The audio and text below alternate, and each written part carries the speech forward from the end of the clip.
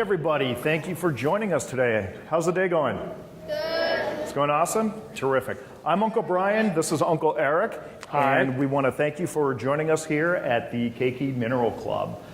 This is our third meeting, May 4th. May the 4th be with you. I wish I had some Star Wars things to give you guys, but unfortunately not. But we do have rocks, we do have minerals, we do have cool things like that. So, first of all, who knows what this is? Okay. How many Cub Scouts or Boy Scouts do we have in the audience? And how many people are in the audience, boys or girls, that are not currently Cub Scouts or Boy Scouts, but are thinking about becoming Cub Scouts or Boy Scouts? All right. Do you see all the people who were raising their hands when I said Cub Scouts or Boy Scouts? Raise your hands again. If you have any questions, talk to these people. Boy Scouts of America is an incredible program open to boys and girls, and we are not a part of the program, but we are closely affiliated with the program. Keiki Mineral Club, our purpose is to provide the children of Hawaii a professional level resource to fuel their curiosity and passion about minerals and mineral collecting. Eric and I both are in the mineral collecting world, and we have seen so many kids excited about this. So what we're trying to do is bring some of that excitement and passion and that knowledge to the kids of Hawaii. We want to give special thanks to Punahou School. This is the Punahou Chapel, beautiful facilities. Thank you so much for Punahou for allowing us to use this facility. We also want to thank the Boy Scouts of America for all of the support that they give us. Now, with the Keiki Mineral Club, I want everyone to know that the world is watching you, okay? This whole thing started back in 2017, actually a few years before 2017. One of the top mineral magazines in the world, Rocks and Minerals, they were doing a series of articles on minerals from different states. And someone jokingly said, oh, I will cover Hawaii, there's one mineral. It's peridot or olivine, same. I didn't think that was very funny. I said, no, let me write it. I've got someone together, we can write an article. And so we did write an article, Mineral Locations of Hawaii. This came out in 2017, and it was a hit. People were amazed at the variety of minerals that are available here in Hawaii. Right after that, in June, we went to one of the 4 big mineral shows in the world. There are 2 in Europe, 2 in the United States. We went to the one in Sainte-Marie-aux-Mines, which is in France, and we put in this exhibit of minerals. These are all minerals from the island of Hawaii. And that was covered in this film, What's Hot in Sainte Marie, 2017, and blew people away because they could not believe that such a variety of minerals came from these islands.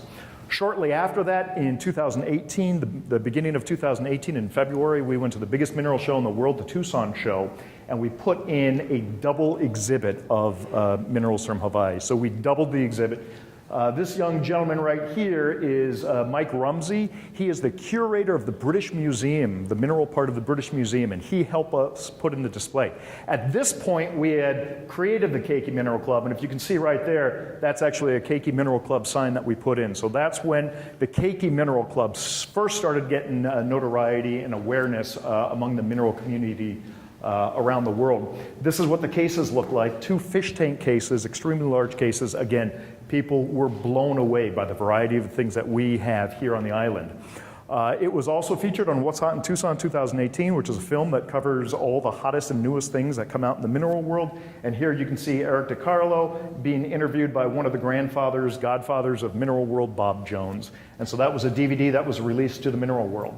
At that Tucson show, we also got recognized for the article that we had done the year before, and that article had been voted the best article of 2017 in Rocks and Minerals magazine. So we were given a special award, and there was a special dinner ceremony. So people were starting to recognize what we were presenting and what we were showing in terms of the diversity of the minerals here in Hawaii.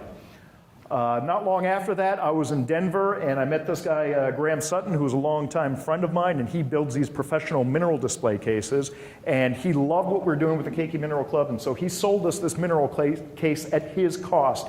Normally, this is thousands and thousands of dollars. I don't know, that was maybe $4,000 for that case. Like that. He gave it to us at his cost, which was an incredible thing. We took that case and we put it on an exhibit at the 2018 Onizuka Day. That was last year's Onizuka Day. And again, we brought all these minerals back to the island and we put it on exhibit there, and that was in the Pac 1 booth.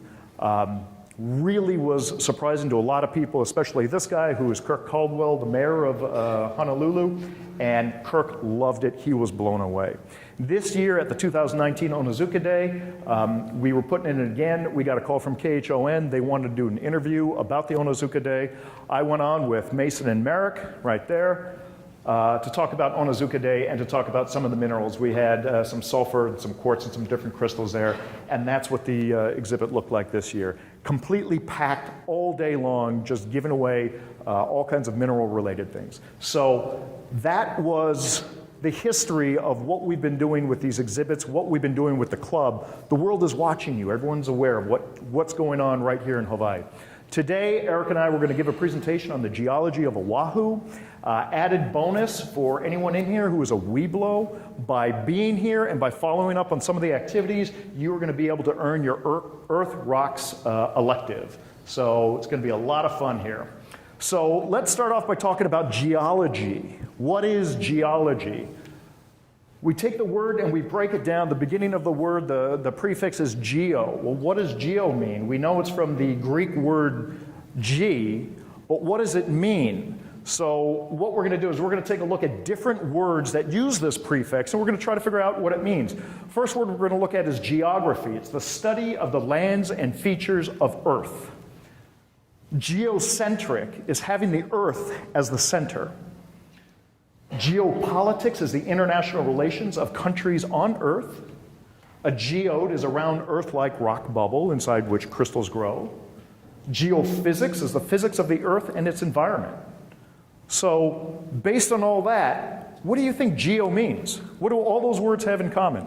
Yell it out. Earth. Earth. Geometry, sorry. Earth. So geo means Earth. Okay? So that's pretty cool. Let's take the second part of geology. Ology, or logy. Zoology, study of animal life. Biology, the study of living organisms. We have mythology, the collection and study of myths. Genealogy, the study of the ancestry of a person. Symbology, the study of symbols. And right now, probably the most current and most important ology is endgameology, which is the study of what just happened in the movies Avengers Endgame. So based on that, what do you think the word ology means? Yell it out. Study. Study. So geology as a word means the study of the Earth, the rocks composing it, and the process by which they change over time. So who cares about the study of Earth? Why is it important? Well, let me start by telling you a little story, okay? A long, long time ago, in a big ocean, there started a volcano. And that volcano, over time, started growing, started expanding. And it was expanding just like the island on the big, or the volcano on the Big Island, but it started expanding more and more. And over time, the weathering created a crater in the caldera. And eventually, the southern part of this sloughed off into the ocean. That was about 2.9 million years ago. And so it started wearing away, erosion started wearing it down. And so it started falling apart. But that's not bad, because shortly after that, another volcano started growing. And that volcano was nearby, and that started growing and growing and growing. And eventually, it linked to part of the first volcano right there. And that started growing even more. And again, we had kind of cratering in the center. This part that linked the two started growing bigger and bigger. And then something major happened, just like on the first volcano.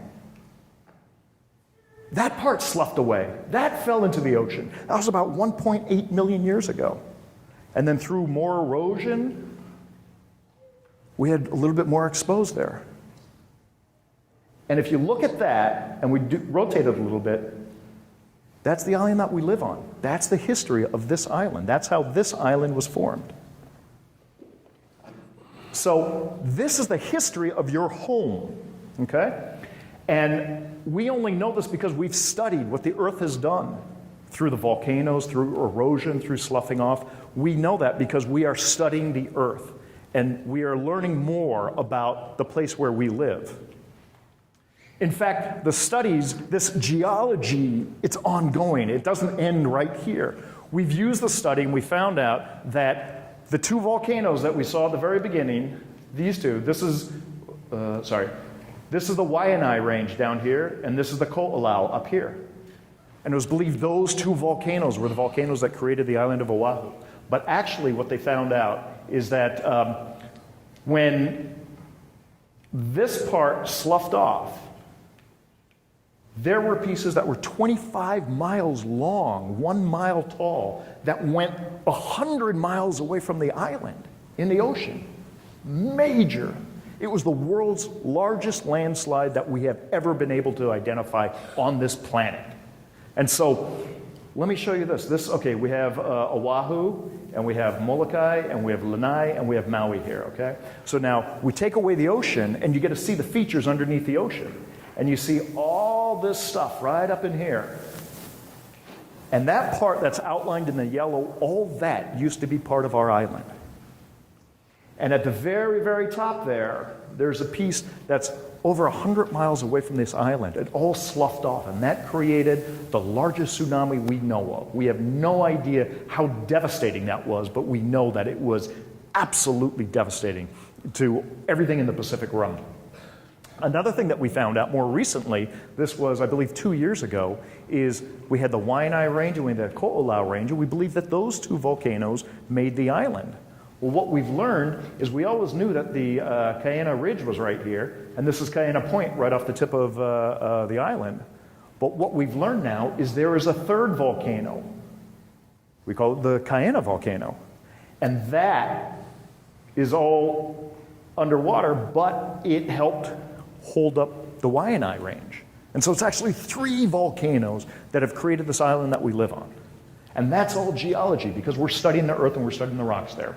So the question is, there's so many volcanics around here, where can we go to see volcanoes? You've seen them, you've seen a lot of them, but there's one place in particular. It's kind of hard to see here, but this is basically the Kaimuki area, and this is the H1 coming through Kaimuki. And if we take that away and we look at a satellite view and we kind of zoom into that area where the red box is, there's a little park there. And if you want to go there, the exit is Cocoa Head, and then you take a left and you take a right, and you can park right along the street there. And then there's a little path that takes you to the top there. And at the top is a park locals called Christmas Tree Park. I'm seeing some of you nod because you've been there, you recognize it. Okay? Now, what is this thing that's poking up at the edge of that photograph? Does anybody know? A volcano. Which volcano? No, close. No. It's the most famous volcano that we have on this island. No, it's not Cocoa Head. It's a good guess, though. Diamond Head.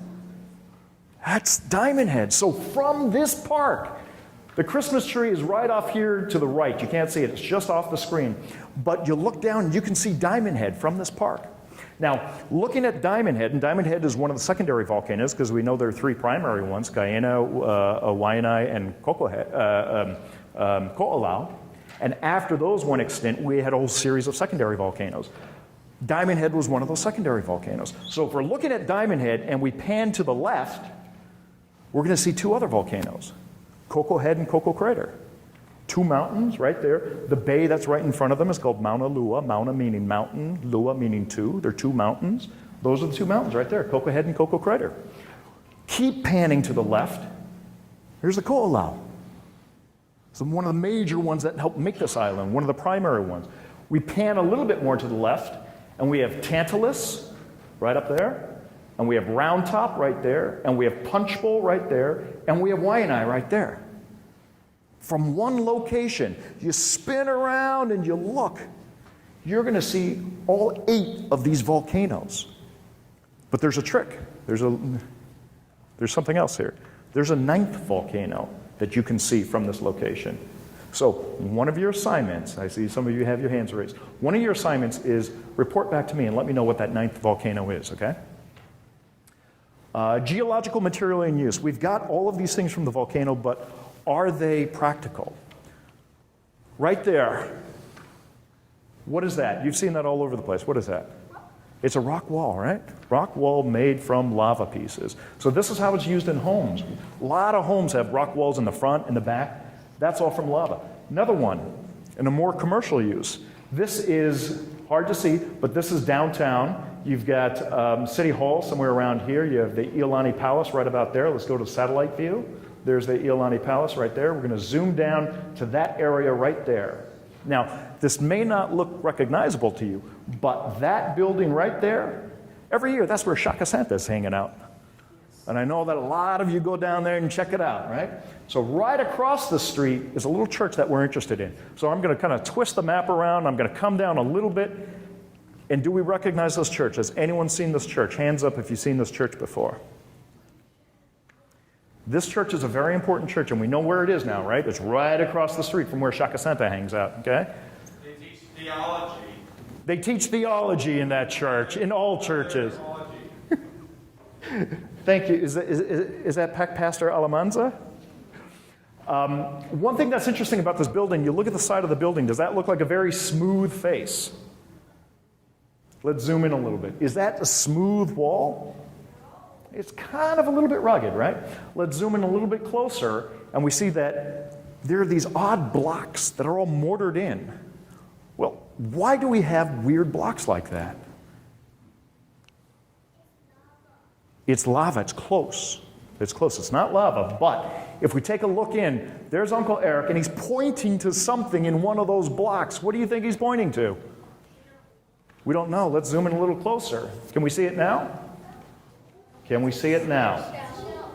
It's a shell. Where are shells? In the ocean, right? So the interesting thing about this building is it's not made of cement. It's not made of lava.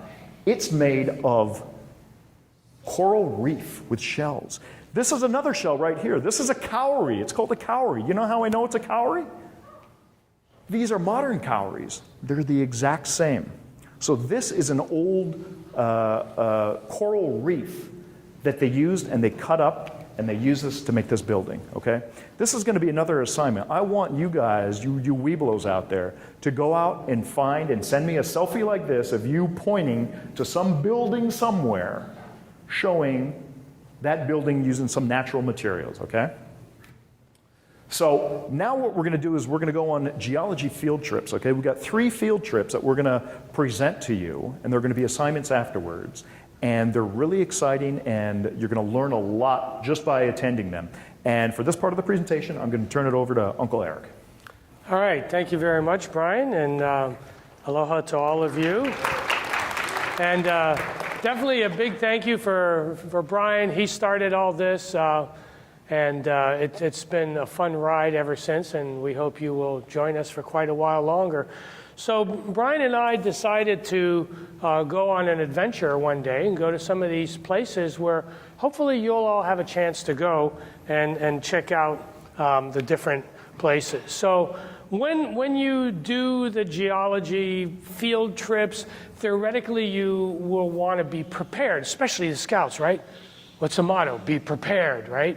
And to be prepared is going to require you to have a variety of different items. So a rock pick, some safety glasses, because when you hit on rocks with a rock pick, chips can fly off, and you want to protect yourself. Hat, sunscreen, because we live in Hawai'i and it's always nice and warm. And some of the field trips we go on, there's no shade. Okay, so of course you're going to want water as well, the sunscreen, the snacks. A cell phone's a good thing to have. Please don't be doing this while you're hiking, however. It's one recommendation. A camera to take pictures, because for the Webelos, you folks need to document your field trips to meet your requirements. An emergency beacon is a good thing if you're really going on backcountry adventures. You probably don't need it for these particular field trips. A map is always nice. Little sample bags and a magic marker or a felt tip pen to write down the information about the pieces that you collect. If you collect material, a notebook, of course, is where you put that. Chisel, magnifier. The chisel helps you break up some of the rocks.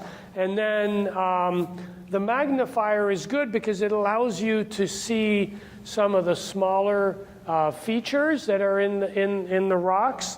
And gloves are helpful. Some of the rocks are tough, and then you need a backpack for everything involved with that. So in geology, there are 3 types of rocks. Okay? There are sedimentary rocks, metamorphic rocks, and igneous rocks. Okay? The sedimentary rocks are basically made out of leftovers. It could be leftovers of igneous rocks, leftovers of metamorphic rocks. It doesn't really matter, and they form their own rocks over time. Metamorphic, you've all heard about metamorphosis, how a caterpillar turns into a butterfly. That means you're changing your form. And so metamorphic rocks have been changed under high pressure and temperature on the planet. And then igneous rock basically just means born of fire. You've heard of igniting a fire or igniting all sorts of other thoughts. And so these are typically your volcanic rocks. Now in Hawaii, we don't have metamorphic rocks. Our geologic environment is such that we don't have any. So that's one you don't have to worry about when you go on your field trip. And we'll look just at these 2 types. So an example of the sedimentary rocks would be material that we call conglomerate. And when you agglomerate things together, it means things get put together. That's a type of sedimentary rock. And then things that we have plenty of on this island is lithified sand. Lithified basically, or calcified sand, it means that it has been glued together by the action of time. Okay, lithified actually means it's made into a rock. And when we look at the igneous rocks, basically, the majority of our islands are igneous rocks, the volcanic rocks, the basalts. But we also have igneous minerals within them. How many of you have seen little green crystals in black rocks around the island? Yeah. So those little green crystals are called olivine. And if you can get a nice big one that's clear, it can be cut into a gemstone that's called a peridot. Okay? So other things that we find on this island are fossils. People go, well, your islands aren't old enough to have fossils. But yes, they are. As we saw already in the Kauai Church rocks, you could see fossils of seashells. Those fossils are anywhere from 10,000 to maybe 100,000 years old. So they're not very old geologically, but they're still fossils. And then we have another thing called xenoliths. So a word we hear a lot in politics, maybe you young folks don't pay attention, and I actually hope you don't pay attention. You hear about xenophobia. Phobia means you're afraid of something. Xeno just means from somewhere else. So xenophobia is you're afraid of people who come from somewhere else. It's not a good thing. We should all get along. But xenoliths, lith means rock in Greek. And so a xenolith is a rock from somewhere else. And we'll talk a little bit more about those in a couple of minutes. So the first field trip we can take is far, far, far away from here at Diamond Head, Mount Leahi, one of the Honolulu series volcanoes. These are volcanoes that are about 350 to 500,000 years old. We don't quite have it right, but they're much younger than the 2-million-year-old volcanoes, the main ones that made the Hawaiian Islands. And, okay, so here we have our map. There's Diamond Head Crater, the park, okay? And over here you have Black Point. And so we're going to now zoom in on this nice aerial photograph showing very well the crater. And so here's a good view of the crater. But if we get up a little bit closer, we're going to look inside that little red box, okay? So if you come from Kapiolani Park and you drive towards the Diamond Head Lookout, before you get to the lighthouse, there's a little road that dives down to the right, okay? And that's this little road right here. And you can drive down to the bottom. Yeah, there's a little spot where you can actually turn around down there, so it's not, you're not going to have to back all the way up, parents. Don't worry about it. And then when you get on that beach right over there, you just walk over to this little stretch right here. And there's some very interesting things along that stretch. And the first thing you'll notice, this is looking back from the stretch towards the road. There's the road that you drove down, and you walk over here. Now look at this. What does that look like? What do you think? Probably like to get sand. Yeah, it is sand. You're absolutely correct. But it's really dark. Normally sand's pretty light colored, right? And so, yes, you have another idea? I think they're rocks. They're rocks. Okay, yes, they're ground up rocks, actually.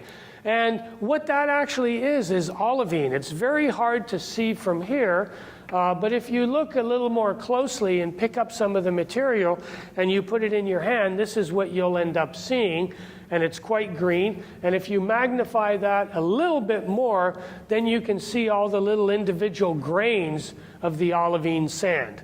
So this is an igneous mineral. Olivine is a mineral.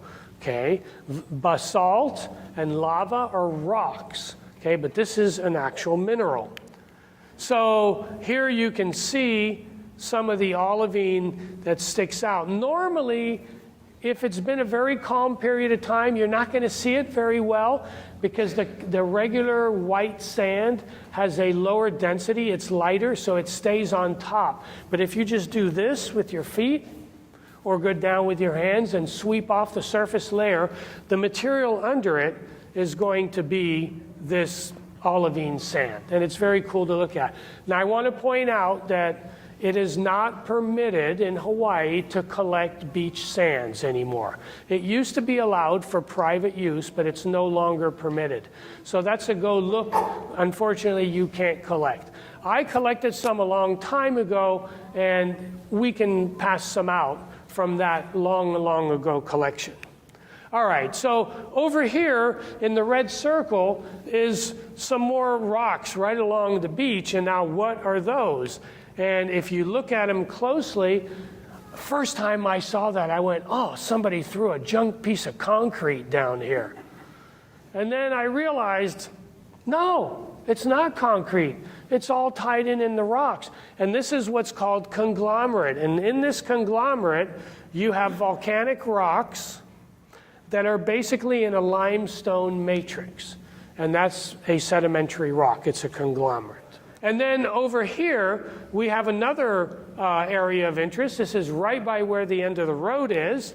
And you have this formation at this particular location. I'll keep moving around because I block both ends where I'm standing to talk. But this here is also very interesting material because basically it is sand that has consolidated, has calcified and cemented itself, and then it was eroded by wind and water, and it took on these very, very cool shapes. So Diamond Head Beach Park, we're done. What did we find here? We found olivine, igneous rocks. We found conglomerate, which is sedimentary. And we also found some calcified or lithified sand. Okay? So we move on to the second field trip, Hanauma Bay, a wonderful place to go. Everybody loves Hanauma Bay. And so, again, a little map showing the area. This is the actual Hanauma Bay here. This is Hawai'i Marina area, and we all know how to get there. You zoom in, and what do we see? We see a volcanic crater again. Over here is Koko Crater, but Hanauma Bay is also a crater, and then there's little more craters along here. Very, very interesting location here. This is not part of the Honolulu series volcanoes, which includes Diamond Head, Punch Bowl, Salt Lake, okay? over here, these are known as the Waimanalo series. They're much younger. They're only about 80,000. Again, the ages are plus or minus a few tens of thousands of years. And if you look more closely, you can really start getting a feel for the shapes. And now we rotate the view from the ocean. And when we do this field trip, it's important to start early in the morning. Why? No shade. Uncle Brian and I are real smart. Not that day. We started around 11. And we were hungry, so we went to eat. By then it's noon. And we started this hike, and pretty soon we're going, my goodness, it's hot out here. Okay, there is no shade anywhere on this trail. Okay, so do me a favor and trace out the path that we took. There's a yellow line, but you can't see it in the slide. Yeah, so we actually parked at the Cocoa Crater District, or the Cocoa District Park, which you access through Hawai'i. And then you park up there, and then we walked up to across the road, and then we walked up along this ridge here, went almost to the top, and then we came back down this section here, walked all the way through along the cliffs here. We went down and then around and back up, and then we came back up this really steep section. Okay, the total trip is pretty long. You can also do it if you go real early, park at Hanauma Bay and just start right over here because there's not a whole lot to see between the parking lot at the district park and Hanauma Bay parking lot anyway. But continuing on, the zero shade, as I mentioned, the total round trip is 3.8 miles. It's fairly long. There's about 500 feet of vertical change. The problem is you go up, then you come back down, okay, right? You go up, then you go back down, and then you come back up, and then you go back down. So you're doing a lot of ups and downs.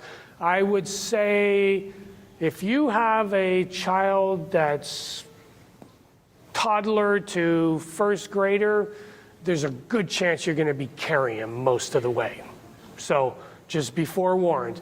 And then this return coming up this section here, this is very steep. You do not want to go down this section because there's a little bit of loose gravel and stuff. You want to go up it, it's fine. You definitely want to come down this particular section. Four-wheel drive vehicles actually go down there to go fish. Okay, so this is the view that most people don't see at Hanauma Bay because they don't climb up above on the ridge. This is what you see from the ridge. It's really, really pretty. Some of the things that we find there are xenoliths. This is a piece of basalt that basically was from the original volcanic edifice, and when the Cocoa series, as I will call them, of volcanoes erupted, it sent pieces up into the sky because it erupted through water-saturated rock, so it caused a steam explosion, and then that stuff fell back down and got caught inside the layers of the ash, okay? And this is right along the path. This is a tar path right here, going all the way up. Okay, so this is me going down the slope, so you can see it dives down towards the ocean, and that's easy to walk on that one. Here's a piece where you can really see the xenolith. So this is old basalt, old lava from the original Ko'olau volcano that when this crater erupted, that got thrown up into the air and then it landed back down. And interestingly, okay, here's another view looking back up. So you could see it is fairly steep. I think most of you who are here today would not have any problems. But if you have a 4-year-old, you know, I would warn you a little bit. This is another view you get from up on the ridge. This is near the top where we start walking back down. Lanai is basically somewhere off over there. And as you walk down, you start seeing some interesting stuff. Notice all the little white flecks. Okay, well, they're bigger than flecks, but on these images, they look like flecks. And these are all pieces of coral reef, fossil coral reef. When the volcano erupted, it blew it all up into the air, and then it all fell down, and it got embedded into the ash, and it got cemented into the ash. Here I am with a very silly grin on my face, showing one of the pieces of coral. A little closer shot of it, you can actually see the structure of the coral itself. So it's pretty neat, and there's a lot of these around. There's another close-up, and all of these are in the rock. You'd think they're loose, but they're actually in it, okay? Here I'm pointing out to a larger one. There's the picture of that particular piece, and you can really see the structure of the corals. Okay, so this is the return. Basically, we're going to have to go up this path, and this section here is fairly steep, okay? But it's safe, but it's steep. It's much easier to go up it than come down it. So make sure you come down the other way if you choose to do this. So we've completed our Hanauma Bay trip. And what did we find with respect to geology? We found xenoliths. And remember, xenolith can mean a rock from somewhere else. So it could be a piece of coral. It could be a piece of lava. It could be whatever that didn't come from where it currently is. Okay? And so you had the basalt and the coral fossils. Okay, and so a bonus thing about this field trip here is if you look at this photograph and you see all of these red lines, those are all volcanoes. Those are all individual craters. Okay, so there's actually a lot of volcanic vents there. Okay, Hanauma Bay, there's an easier version. If you do have that 3 or 4-year-old with you, what you can do is go the other way. So we just went this way. What you can also do is park at Hanauma Bay over here and then just come this way on a much, much shorter hike. To me, it's not as exciting, but it still shows you pretty much the same kinds of things. It's along this path right here. And what we see there is after you park at the Hanauma Bay, if you go early enough, park over here, and then you can basically walk all the way out to this point and along the path that's indicated there. And then you end up at this particular location, and that is, by the way, Coco Crater that you see there. That's also a very steep and long hike. And we see the same kind of features that we just talked about before. The xenoliths within the layers. Here's one where you have basalt, and then you also have coral very close by. And here's a piece of fossil coral, and Hanauma Bay is now complete.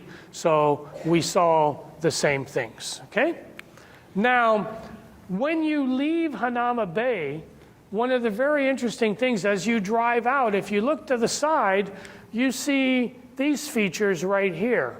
And there's different layers that have different compositions, okay? And those are basically, it's interesting because they're igneous rocks, but they form sedimentary sequences because you have ash layers, you have rubble layers, you have some of the coral fossils and so on, okay?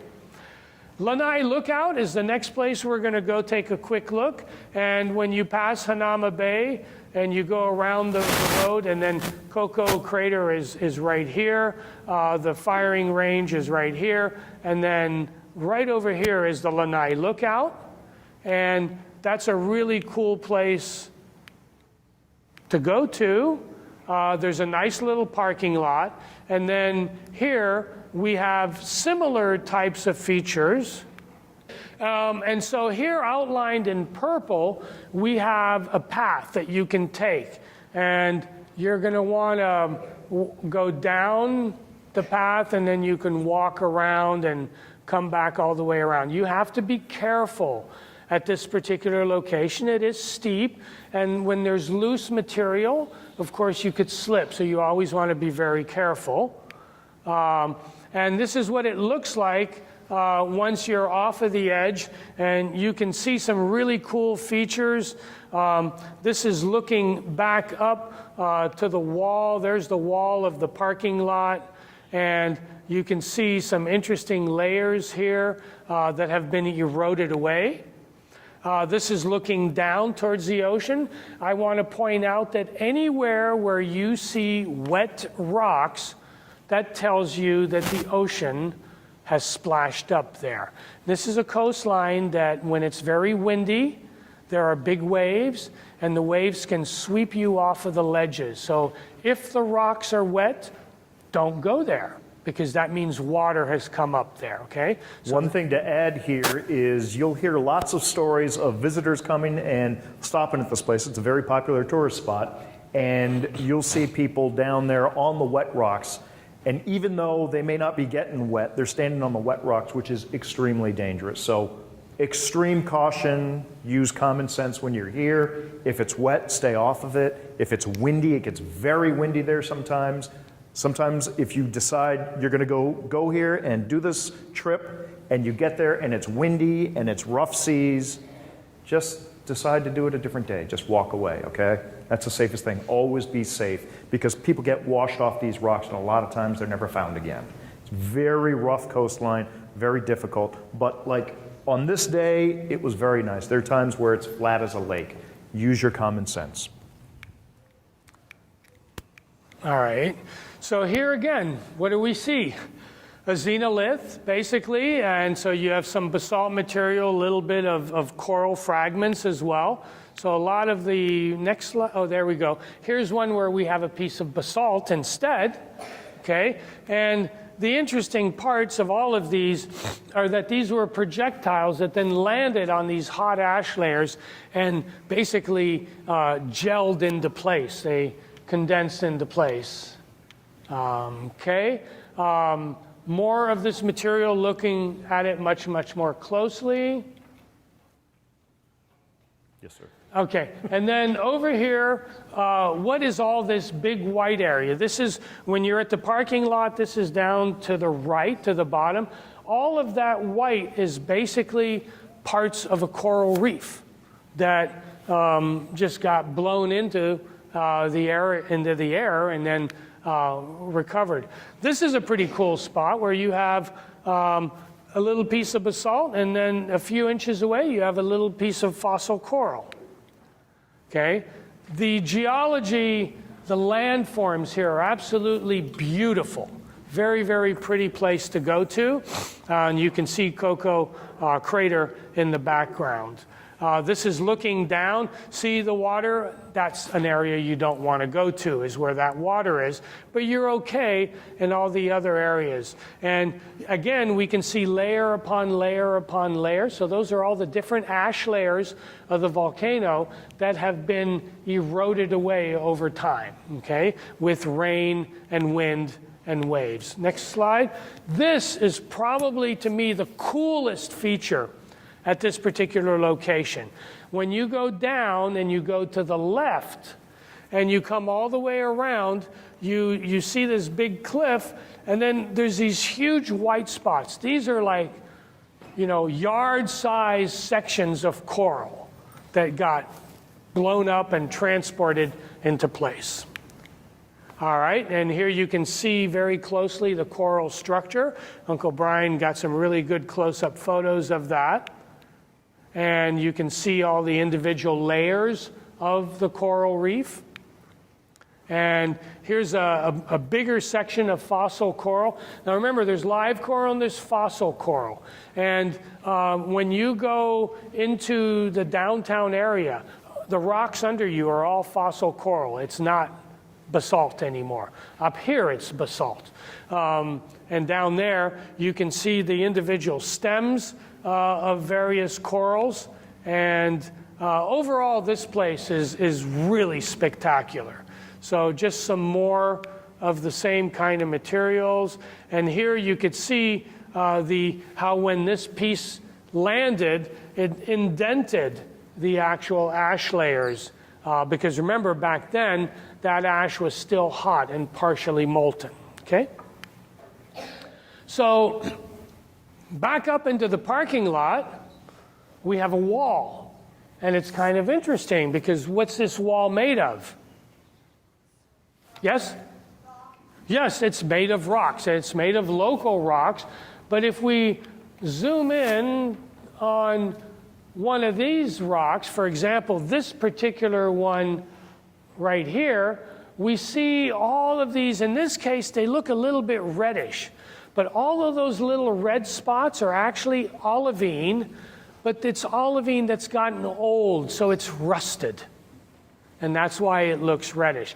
So there you have a very olivine-rich basalt. So Lanai Lookout completed, and what we found again, xenoliths, we found basalt, we found fossils, and we also found olivine, which is again another igneous rock. Okay, so when we want to identify minerals, one of the things that we do is we can look at how hard they are.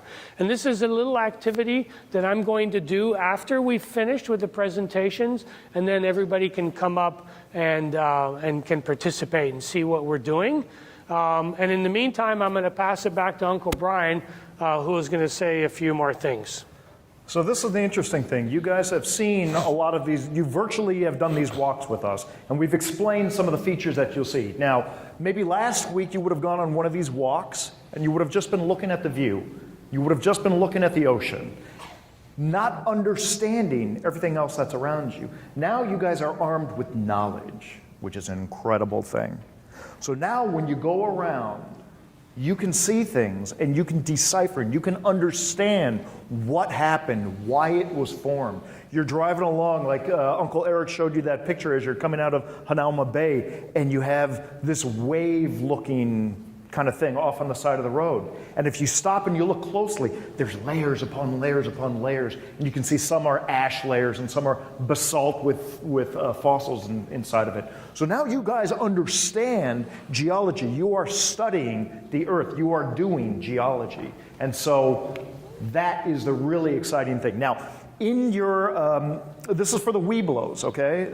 Everyone can do this, but the Webelos, you have an assignment. In your book on page, what is that, 359, in your Webelos book, there's an assignment where you have to grow your own crystals, okay? It's very simple. I did it here, and I'm going to show you some of the results, but you guys have to do that on your own, okay? Basically, you need a few ingredients. You need charcoal briquettes, you need some ammonia, a little bit of water, some normal table salt, and some laundry bluing solution. What is that? I have no idea. I never knew. So these are the measurements of it. Again, that's all in your book. And I'll make this slideshow available to everybody else. Laundry bluing. I've never seen this in the markets, but I got it on Amazon. $5.89 for that bottle right there. That's enough to do probably 5 or 6 of these experiments, okay? So it is easily accessible. It's basically a blue dye that you put in your laundry that dyes your shirts and your clothes a little bit blue so that when they get old and they start getting a little bit yellow, that blue counteracts them and it makes them look new. That's all it does. So we take, I think that was 6 tablespoons of water. We add 1 tablespoon of ammonia. Be careful with ammonia. Work with mom and dad, okay? Ammonia is a very powerful cleaning agent. It stinks and it can be dangerous, so just be careful with that. We take, I think it was 1 or 3 tablespoons of the bluing agent. We take a tablespoon of salt, and we mix it all together. And then what we do is we take our charcoal briquettes. I built a little bowl out of aluminum foil in the tin here, and we poured that solution on top of it. At the very end, you've got all of these briquettes soaking in the solution. And what you're supposed to do at this point is you're supposed to put it somewhere warm so that that liquid evaporates. Well, I only did this a few days ago, and I knew that I didn't have time to let it evaporate in order to bring it. See, this pan looks very similar to that up on the screen, right? But I didn't have a lot of time, so what did I do? I turned to the good old grill, right?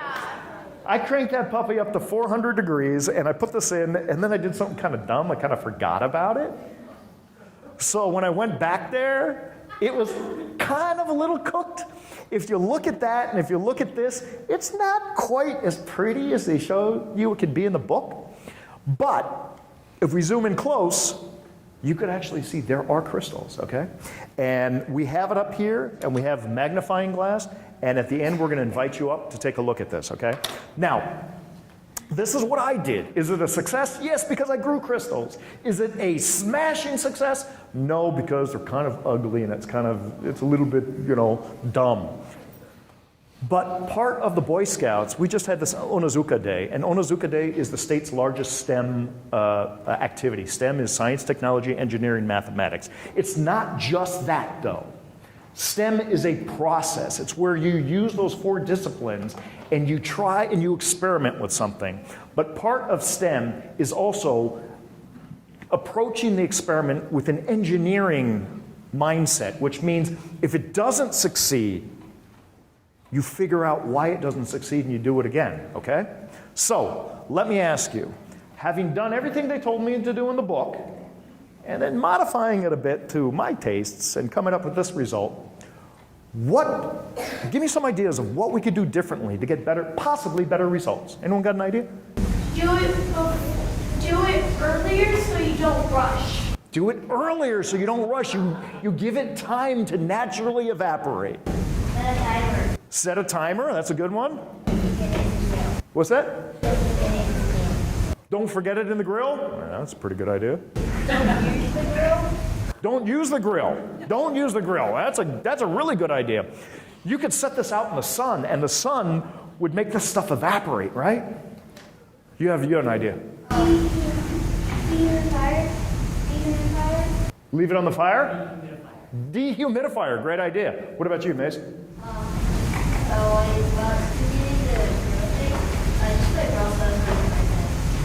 Play Brawl Star on your iPad while it's cooking in the grill. We got a lot of people with thumbs up, okay? That would, I think, be more, don't forget that it's in the grill. Put it in a toaster. That might create some other problems. But some other ideas. No. So, while you're doing it in the grill, Sure. There are different ways that you can do it by putting it in the grill. Maybe don't put it so hot. Maybe don't leave it so long. Maybe put it in the sun. Maybe there are a lot of different things that you can do, okay? So the idea is when you do this experiment, look at what you got and examine your process. And maybe do it again and change your process and see what comes up. That would be a very interesting thing. I would be very interested to know if I just put that in the sun and it wasn't raining on it. I got to make sure that rain doesn't want to get on it because that would do the opposite of what I wanted to do. Would that be more effective? So that's a STEM process right there for you, okay? Okay, so I talked about assignments, okay? So your assignments. First assignment, identify the 9th volcano that you can see from Kaimuki, okay? This is for the Webelos who are looking to earn their Earth Rocks badges. Get me that information. And you don't have to get it directly to me. You can get it to your den leaders or your parents, but you need to do the assignment, okay? That's how you're gonna earn the Earth Rocks. Number 2, I want a photo of you identifying some natural building element in some building somewhere in the city or around your neighborhood, okay? Number 3, do at least one of those field trips. And I want to see pictures of you identifying these 4 different things: igneous rock, a sedimentary rock, or proof of sedimentary action, a xenolith. We saw a xenolith on every single one of those trips, and a fossil, okay? So we've got 3 different trips, a variation of one of the trips, so actually 4 different options. So we loved that Cocoa Head hike. That was fantastic. But do it smart. If, maybe you're traveling with a younger kid, do the alternative. We love the Lanai Lookout, but maybe the weather isn't working with you. So that's why we gave you 4 different options, okay? So do at least one of them and report all these things. Sorry, I was kidding. No free minerals today. Okay, I am just kidding.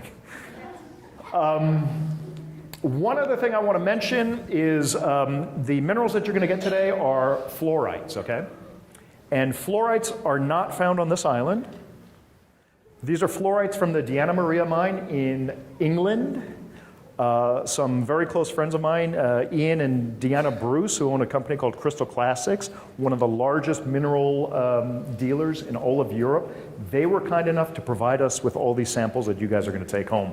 Interesting thing about fluoride, number of things. Who brushes their teeth every day? Have you heard about an ingredient in your toothpaste called fluoride? Fluoride comes from the mineral fluorite. With minerals, absolutely. Minerals are an important part of everyone's daily life. Minerals are all around us. It keeps us healthy. It keeps us sane, if you will, okay? So that's one interesting thing about fluoride. You're all going to take a piece of fluoride home. Another thing, see this tape down here with the green stuff on it?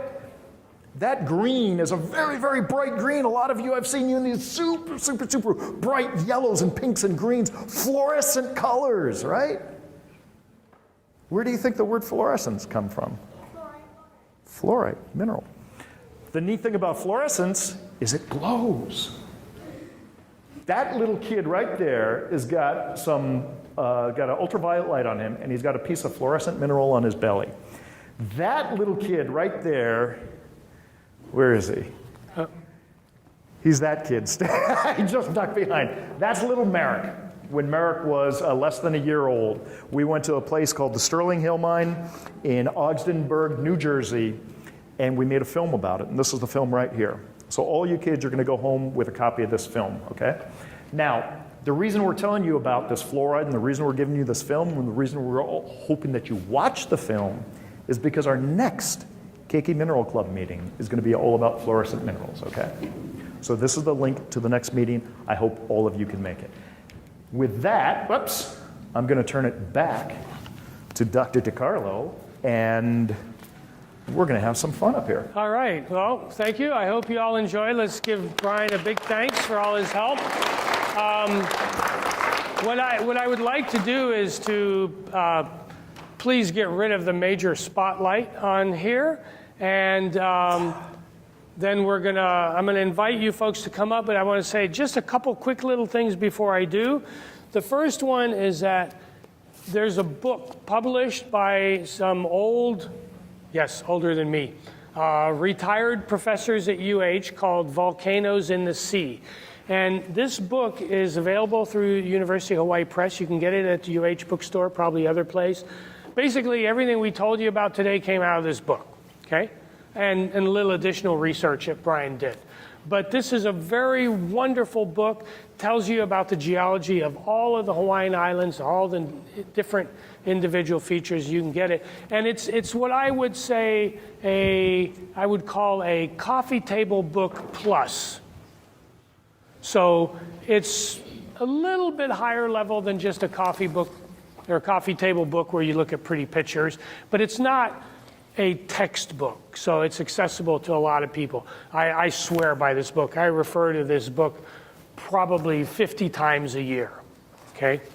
Now, the other thing I wanted to say is you're going to want to come to the next meeting because fluorescent minerals are pretty cool, okay? Look at the color that we get off of this under an ultraviolet light. Those are different minerals that cause those different colors. So it's pretty psychedelic rocks, okay? Now, the mineral fluorite we just talked about, this is a piece from my collection. This is what you folks are going to get today. Not this piece. This one's mine. You'll have to fight me for this one. But look at the color. It's green, right? Or is it? What color is this? It's green. Are you sure that it's green? Oh, look at that. Okay, you can see the purple now. That's the fluorescence. And this fluorite from the Roger Lee mine and from the Deanna Maria, they're right adjoining to each other. This one's from the Roger Lee. If you take this rock outside in the sun, it is so fluorescent that there's enough UV light in the sun, that's what gives you the sunburn if you don't put sunscreen on, that this rock turns blue outside, not as bright as under this light. But anyway, so that's what we're going to be doing. Do we want, oh, where'd he go? Oh, he's over there. Hi. So do you want to give out the fluorites now, or do we want to do the little activities? Let's do this. We're going to have you come up and do. Okay, we've run an hour now, okay? So that's our presentation. We've got some activities up here, especially for the Weeblos. This is part of the requirement for the Earth Rocks. If anyone has to leave, we understand. We thank you for your attention. Thank you for coming. For those who have to leave, please come to the side here and I'll make sure that you get a fluorite and you can go on your way. For those who want to stay, oh, and a DVD, thank you, Eric. For those who want to stay and do some more experiments with some of the minerals, please stay. We can line up here. You can take a look at the crystals that I grew. There are magnifying glasses here. And we're going to have Uncle Eric show you the scratch test. All right. Do the scratch test. Okay, Okay. so You have to go? if you, All right. what I would recommend.